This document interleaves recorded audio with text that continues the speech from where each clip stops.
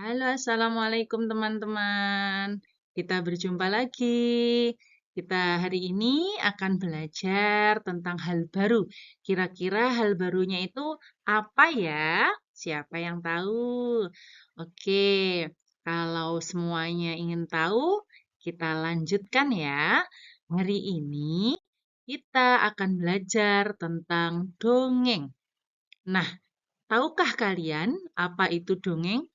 Atau pernahkah kalian membaca atau mendengarkan dongeng? Dongeng apa yang mungkin kalian pernah dengar? Tentu kalian pernah membaca ya, dan tentu kalian juga tahu macam-macam dongeng yang pernah kalian baca. Nah, langsung saja, hari ini kita akan belajar tentang unsur-unsur yang ada di dalam sebuah dongeng. Unsur-unsur yang ada di dalam dongeng disebut dengan unsur intrinsik. Sebelum masuk ke unsur-unsur intrinsik, di sini akan saya jelaskan apa pengertian dari dongeng. Dongeng adalah bentuk sastra lama yang bercerita tentang suatu kejadian yang luar biasa dan penuh khayalan, sehingga dianggap oleh cerita tersebut tidak benar-benar terjadi. Nah, selanjutnya kita masuk ke unsur-unsur intrinsik dongeng. Unsur-unsur intrinsik terbagi ke dalam beberapa hal. Yang pertama, tema. Tema merupakan ide besar atau gagasan pokok dari sebuah cerita. Yang kedua, yaitu tokoh. Tokoh adalah lakon, baik itu orang, binatang, maupun makhluk lain yang terlibat dalam cerita. Yang ketiga, ada jenis tokoh. Jenis tokoh dalam suatu dongeng dibagi menjadi 3. Yang pertama, tokoh yang baik disebut dengan tokoh protagonis. Yang kedua, ada tokoh jahat yang disebut dengan tokoh antagonis.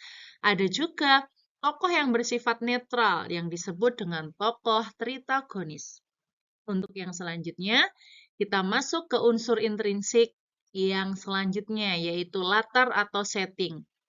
Latar atau setting adalah keterangan yang menjelaskan tentang tempat, waktu, dan suasana dari sebuah peristiwa. Yang keempat, ada alur. Alur adalah urut-urutan peristiwa yang membentuk cerita secara utuh. Dan yang selanjutnya, 2 poin terakhir yaitu sudut pandang. Sudut pandang adalah cara penceritaan yang diambil oleh si pengarang atau pencerita ulang. Yang selanjutnya, yang terakhir, yaitu amanat atau pesan. Amanat atau pesan adalah pesan moral dari sebuah cerita yang ingin disampaikan agar bisa diambil pelajaran oleh yang membaca atau mendengarkan dongeng tersebut.